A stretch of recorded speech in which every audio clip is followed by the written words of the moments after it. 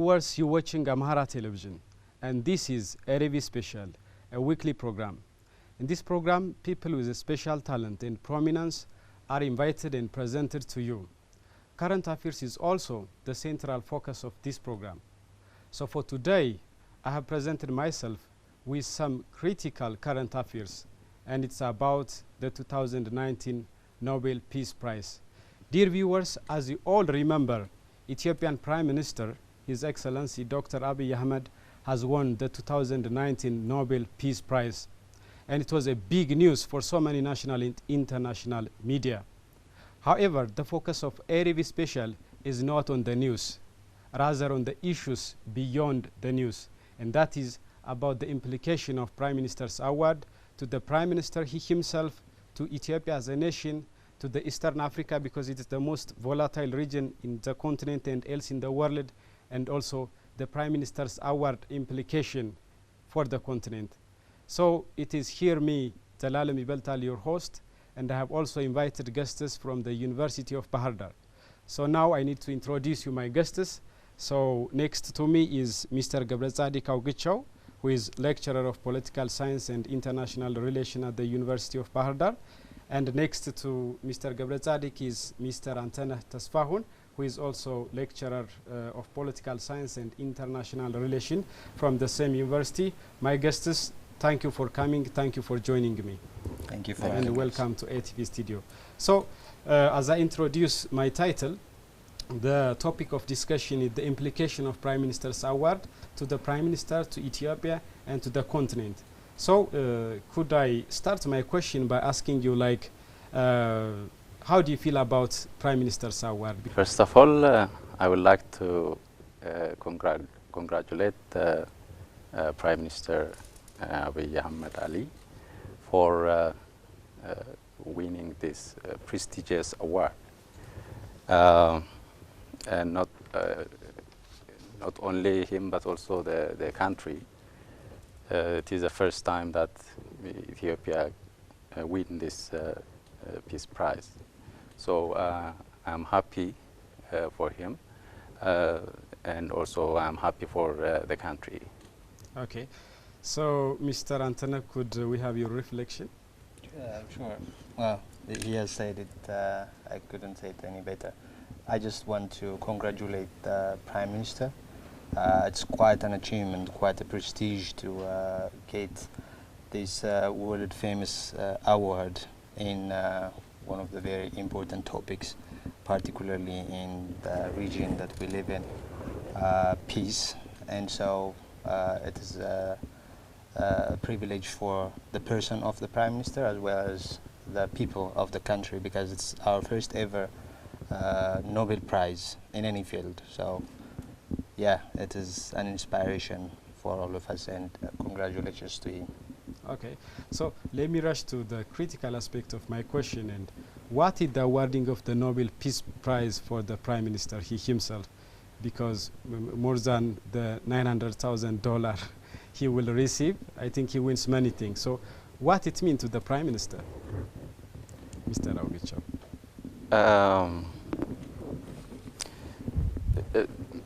As I've said at the beginning, it is not only a prize, it is a Nobel and a prestigious prize. And he, at the beginning of his reign, he gives promises, and he also come up with reforms, different reforms in Ethiopia and in the Horn of Africa. So particularly the international community observed that the issue between Ethiopia and Eritrea resolved, and they began to the peace process. So this prize recognized his effort, as the committee also boldly acknowledged this. It recognizes his effort in bringing peace to the region, especially between the two countries, Ethiopia and Eritrea. And also, it gives him encouragement that to continue with his effort. It has such implication in recognizing his effort as well as encourage him by the international community and even from the country. Okay, could you add some more? Sure. I think the Nobel Prize is, in any field, one of the very important and world-known based prizes.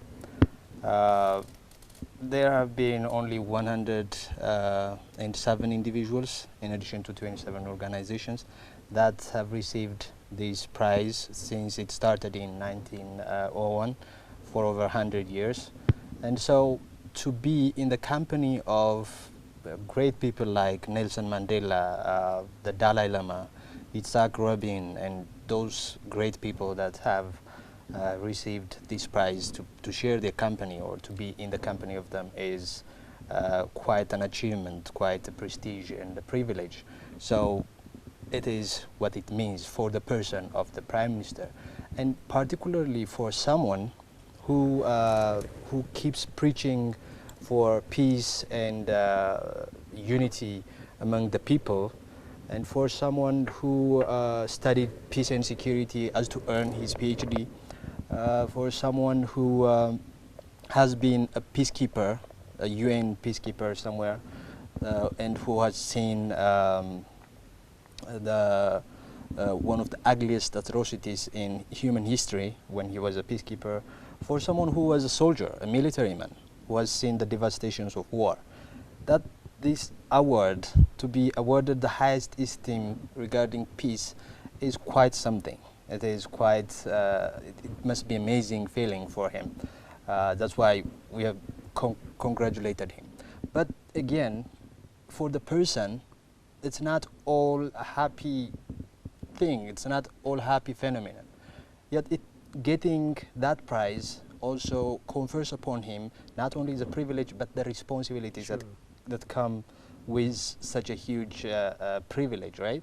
So as a leader of a country, a very poor country, a very divided, but at this particular juncture in history, Ethiopia has been divided, and many, I think we have opened Pandora's box, so to speak, and so we are having a huge challenge facing the state and the nation.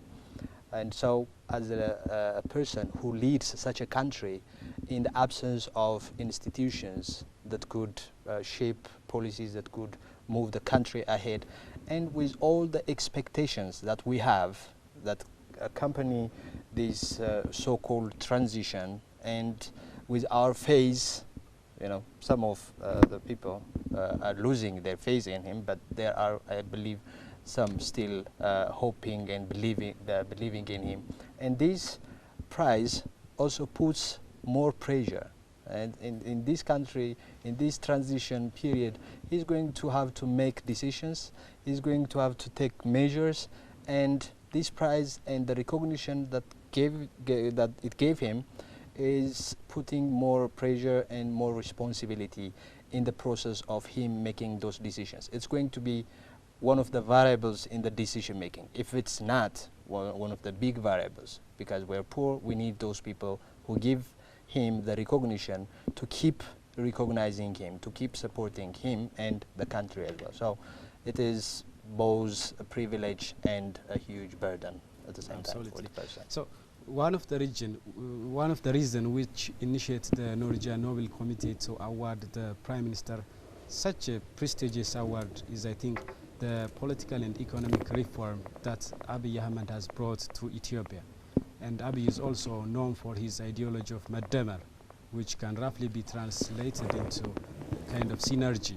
So Abiy is known for his preaching of peace, unity, reconciliation, prosperity in the country. So my question is, do you think that this prize has kind of benefit to his ideology of Maddemer? Do you think, Mr. Abiy? I think yes. But one remark on what you say is the committee award this Peace Prize, particularly what he did with the region, that especially between Ethiopia and Eritrea, and his involvement in Sudan, South Sudan, between Somalia and Kenya. So they, the committee, the Nobel Prize Committee award, based on, especially based on those achievements, and the challenges that Ethiopia face internally. There are a lot unsolved problems. These are the hope that he may contribute to solve, or he and his government may have a solution for those problems and challenges, economic or as well as social. And as my colleague says earlier, he came up with the philosophy of Madamar, which he believed that it can transcend Ethiopia to a democracy, democratization process, development, so on and so forth. So if he implement his promises as well as the reformers, I think he may have achieved some improvement, and it contribute to his philosophy of Madamar, because internally as well as internationally he get recognition and encouragement, support. Okay, just the implication of the award for Ethiopia as a country. I was going to broaden it a little bit more than only the philosophical underpinnings of the Prime Minister. About the country, like I said, and it's one of the things, I will say it again, it's our first ever Nobel Prize, and it's in peace. And we are a country without peace, and particularly in the contemporary, more expanded notion of peace, expanded understanding of peace. We have never been at peace, and yet we got the Nobel Peace Prize. But the irony is many Africans receive the Nobel Prize for peace, and the continent is, as we know it is. So for the country, one of the things it gives is it gives an opportunity to change its image. For the past 50 plus years, we have been known for such vices as famine, as civil war, backwardness, right? So for once, it is good to have our names, the country's name listed in one of the positive sides for peace, right? So it gives us an opportunity to underline and capitalize on the positive side, the proud history of our country. It needs work to further this image building, but it gives us quite a platform to continue on that way. The second important thing, I believe, is that it will become a model for future generations, particularly the youth. I believe there are many people who have never heard of the Nobel Prize. Now everybody has heard about it, and that is a good thing.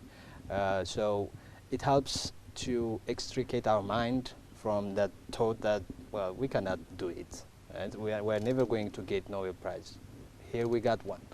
So it gives that, it has a role model function for the youth to aspire to get Nobel Prizes in many other fields. We expect to come it in biology or chemistry or economics.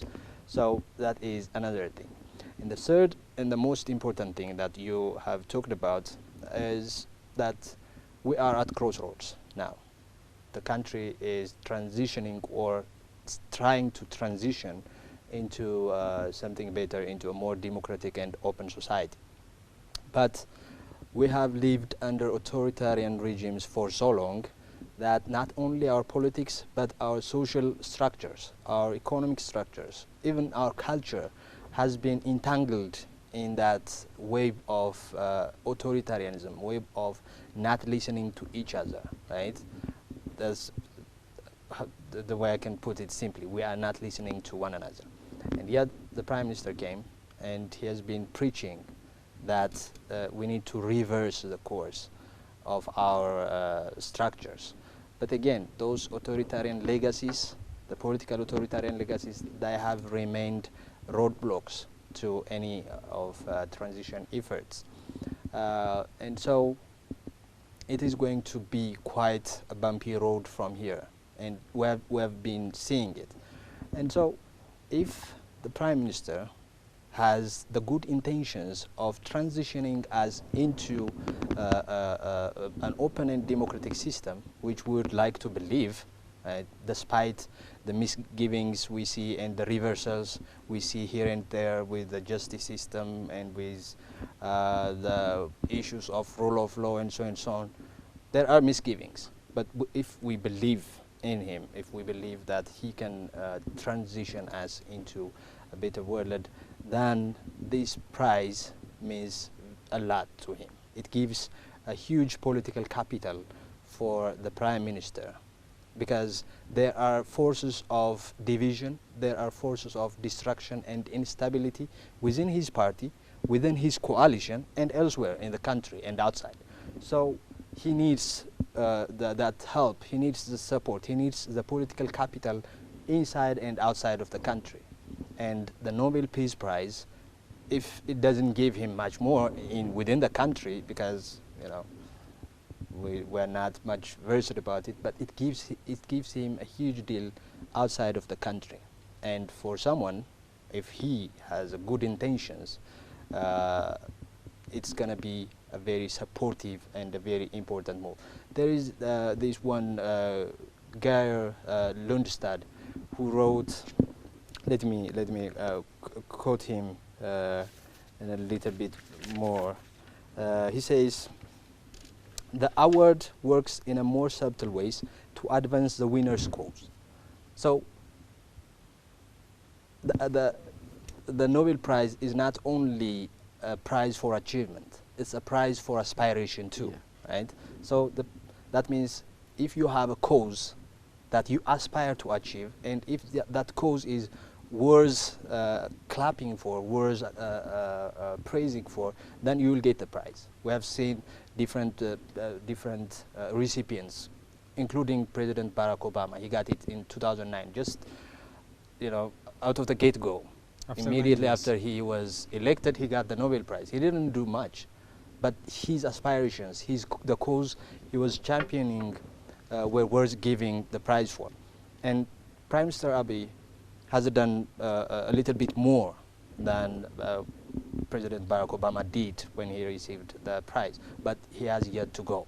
There is a long road ahead, and so it gives it's a support for the cause. If we believe his cause, the Prime Minister Abiy's cause is the cause for good, if it is good intentioned cause, then it could help himself to prevail, and it could also help us as a people to transition into a good way. But if it's not, as his detractors, there are detractors of Prime Minister Abiy, I think they are increasing in numbers. Let us break it down that bit by bit. I will come to those questions. Okay. So I do hope, sir, that we are having a very meaningful discussion, and thank you for your critical insights.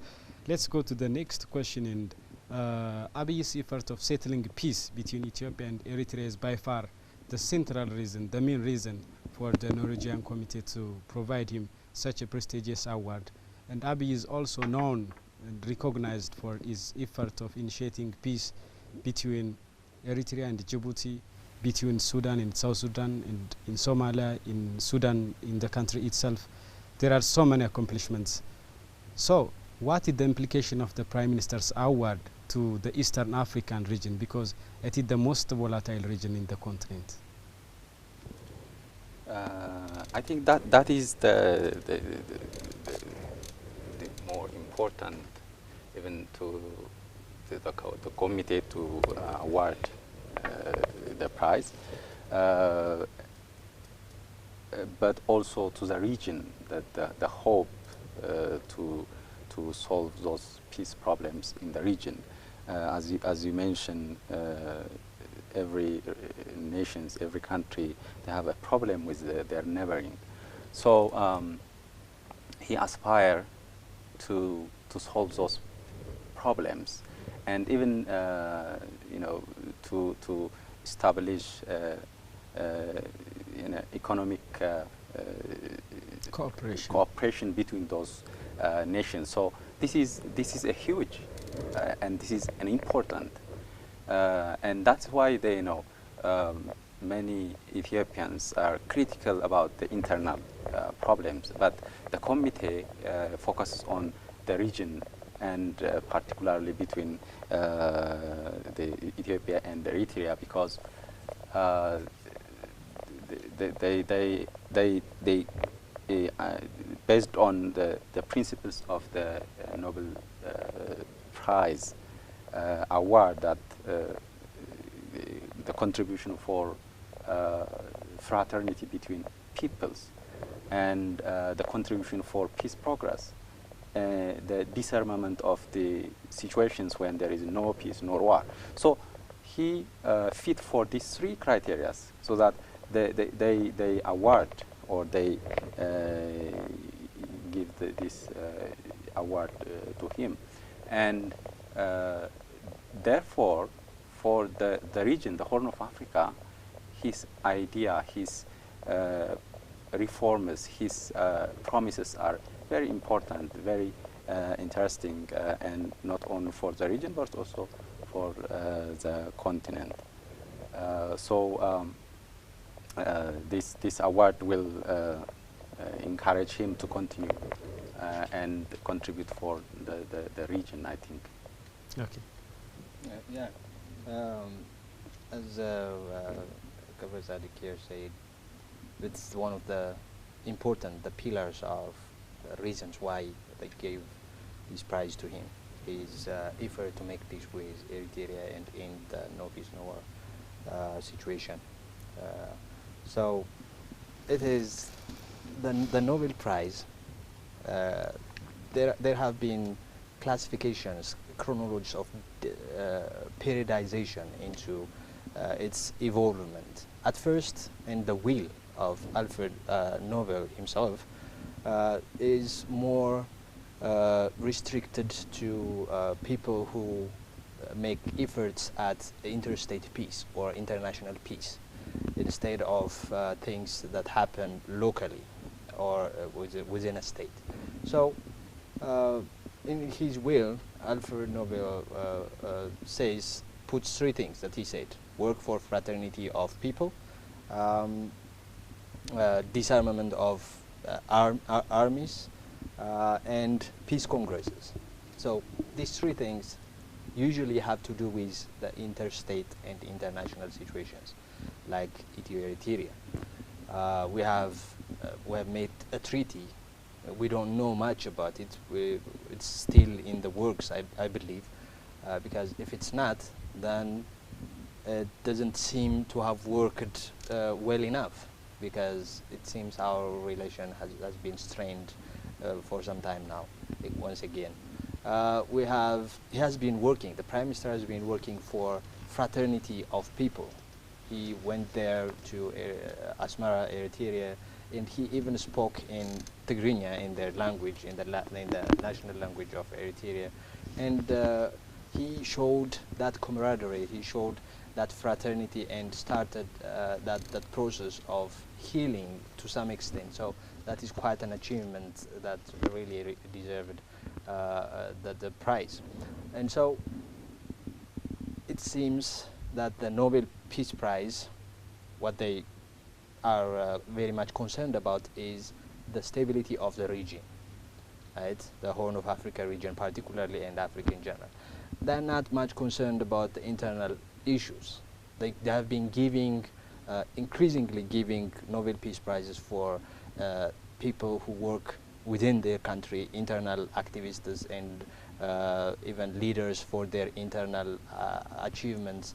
But it seems this time they have gotten back into the pacifist period, and they gave the award to someone they think is good for the region, someone they think has achieved important milestone in the region, and I think they wanted to make him the champion of peace and stability in this volatile region. So it indeed means quite a huge privilege as well as responsibility for the Prime Minister and for the region in general. Yeah.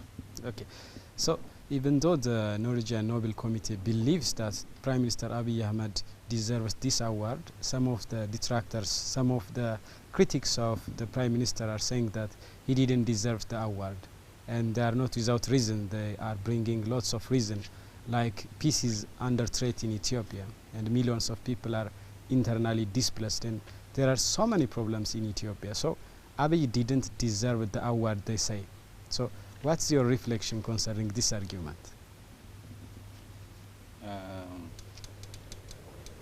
Yeah, I mean, they have a point regarding to the internal cases, internal challenges that the country face. But as I have said earlier, the committee considers the principles of the Nobel Peace Prize, and according to that, it fits. But what is going on in Ethiopia, social and political crisis, or displacement, ethnic conflict, as you say,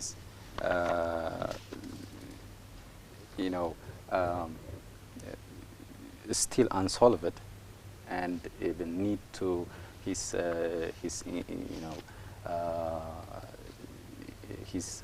involvement to solve those challenges, those problems. And I think he may be responsible. He may, after this prize, it come up with, as my colleague says, with a responsibility for not only the international, not only for the regional, but also the internal crisis, the problems, challenges we are facing now. And I also believe that those unsolved problems are not only because of him, rather than there are different actors who instigate those displacements or conflicts between different ethnic groups. If, for instance, I may take into consider the some dissatisfaction with, for instance, the Amhara, as I belong to, the regional government as well as the elites, they do not involve as expected to bring changes, to bring reforms that benefit the people.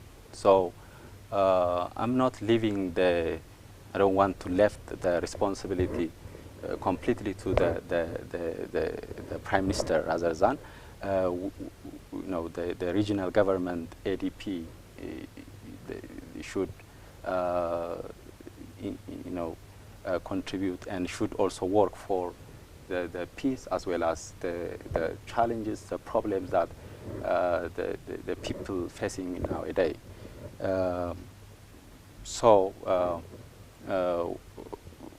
Even if those critics of his Peace Prize has a point, but we other actors are also work hard.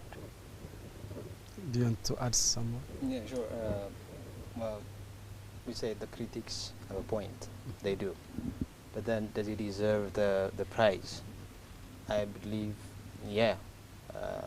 The Nobel Prize Committee, they don't explain their deliberations. They don't tell you how they came up with this choice or the selection process.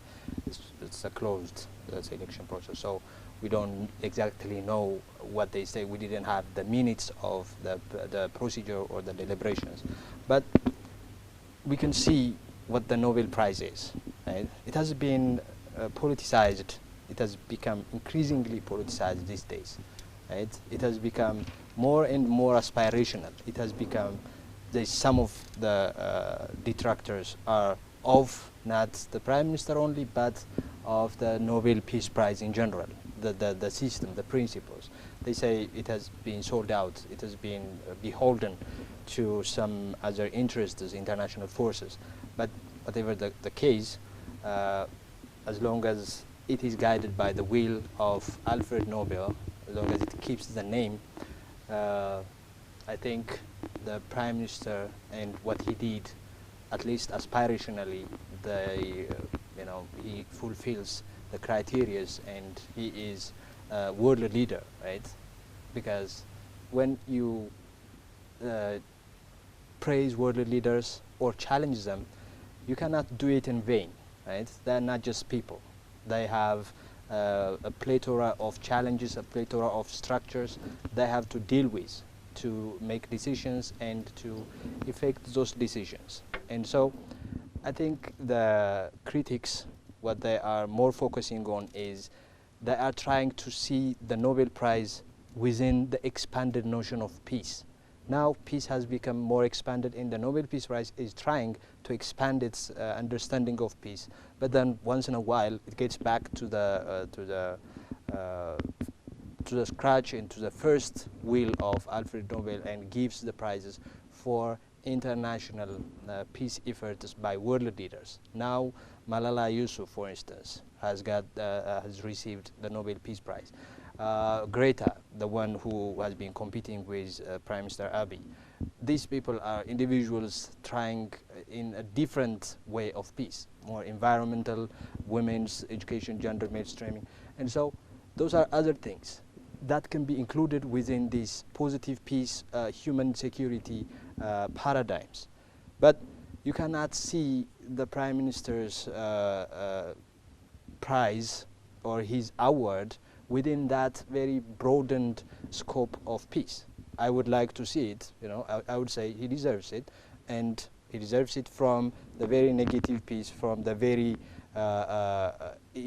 essential, very elementary conception of peace that says stop war, sign peace treaties, and then try to create fraternity with people. That is what Alfred Nobel wanted, that is what the Prime Minister did, and therefore he deserves it. But like I said, if we extend the notion of peace, then we can argue. Right? The country that we are having now, the country we are living in, it seems that nobody should be praised for peace because there is no peace. Right? But then again, it is politicized, and it is the Western's institution, and therefore what is important to them may not necessarily be important to us. Or what is important to us may not necessarily be important to them. What's important to them is the stable, however stable it gets, stable Horn of Africa region. Stabilizing this volatile region is what is number one in their agenda. And they award anybody who can, who they think can promote that agenda and that cause. So I say he deserves it. Okay. So according to the Norwegian Nobel Committee, according to those three principles, the award is well-deserved award, you can say. Yes. So thank you, my guests from Bahar Dar University, Mr. Gebretzadik Augicho, lecturer of political science and international relations. Okay, do you have something to add? Yeah, I would like to finish a train of thought I have started earlier. Okay. I thought I was going to come back, but I didn't. So the thing is, I was talking about how the Prime Minister, this prize can help the Prime Minister get more legitimacy, more political capital, and help him into helping us move forward into a more open and democratic society. But then there is another side to it. I could not let myself just leave it out there, so I have to say. The other side is, we say it helps him and us because we think he has a good intention. But we have seen others. I can make a continuum of 3 people as examples. There is President Barack Obama, there is Prime Minister Abiy Ahmed, and we have Aung San Suu Kyi of Burma or Myanmar. And so these 3 people have in common that they are inspirational people, right? They have very noble causes that they have been preaching, and they have tried to work toward them. And President Obama, when he received the prize, he didn't do much. Prime Minister Abiy, he did a little bit more. Aung San Suu Kyi, she sacrificed a lot, right, for her cause, and so she deserved the prize. She is an inspirational woman. And so what happened between these 3 is Barack Obama had strong institutional mechanisms to keep him in check so that he can live up to the promises, right? It doesn't have to be his personal charisma, his personal prejudices and idiosyncrasies only. There were institutions. And so I believe he had succeeded in living up to the Peace Prize, but it meant little for the country. The president getting a Nobel Prize is not much of a deal in the United States. But like I said, they all share well-tempered and inspiring public persona. Prime Minister Abiy Ahmed, he did a little bit better, and he's expected to create the institutions that can put check on him, right? He is aspirational leader, inspirational leader as well, and he promised us that he will transition us into democracy, and we believed him. But then our institutions are authoritarian institutions that they cannot hold him back. You know, we are facing existential threats as a state, and those may take their tolls on the Prime Minister, and he may reverse. If he does, we don't have those civil societies, those middle class, those strong government institutions to keep him in check and put his eyes on the prize, right? So we're still at crossroads again. Has he succeeded or not is yet to be seen. And what does it mean? It meant a lot for us. As Ethiopians, having a Nobel Prize for Peace, our Prime Minister getting one, is a big deal. When you see Aung San Suu Kyi, she sacrificed a lot, but she didn't have the institutions. The military overruled her all the time, so she failed. Okay. Now all eyes are on her. Right? So what I'm saying is, it's a double-edged sword, this prize. Yeah. It can give him the legitimacy. An award. Yeah, the award is a double-edged sword. Yeah. Let me finish by saying this, and I will leave it to the viewers. In 2001, when the TPLF split, The Economist, which is mouthpiece for Western intelligentsia, it came out with an article saying, with the title, Mellis and ultra-nationalists. The ultra-nationalists are the faction. And it was in support of Mellis. By then, the late Prime Minister was a darling of the West. They loved him. He was like the young democratic leader. And so he used that endorsement. Nobel Prize is an endorsement too. It is a power, a moral power given for the Prime Minister. And by the same token, the Economist's endorsement of the late Prime Minister was also a support, an endorsement. And so he used that endorsement to defeat the faction. But then after he defeated the faction using that endorsement, we know what happened. Right? We have lived through it. You know, what he have become, what kind of state and political institutions he has created. So I just want to say at the end, I congratulate the Prime Minister on this achievement, but then I implore him and everybody else to to understand these two sides of the prize and their implications of them. Thank you. Thank you so much for sharing this much critical insights about the Prime Minister's Award. Thank you so much, my guests from the University of Bahar Dar. Thanks for your time and thanks for your dedication. Dear viewers, this week's ARV special focus was on the 2019 Nobel Peace Prize, and as we all remember, Ethiopian Prime Minister, His Excellency Dr. Abiy Ahmed, has won this award, and the Norwegian Nobel Committee has awarded Prime Minister Abiy such prestigious award primarily for his effort of bringing peace between Ethiopia and Eritrea. And it's so prestigious award, but it's also a responsibility to the Prime Minister. Now the Prime Minister is on the ace of the world. Every world is looking, watching what's going on in Ethiopia hereinafter. Therefore, it's also a great responsibility. We know very well Prime Minister Abiy Ahmed has a lot to do, and he must do, and he has a long way to go. And every citizens of the country must support the Prime Minister's efforts of bringing peace, stability, and prosperity in Ethiopia. Dear viewers, this brings us to the end of our ATV special. And thanks for watching, and do stay with the rest of our program.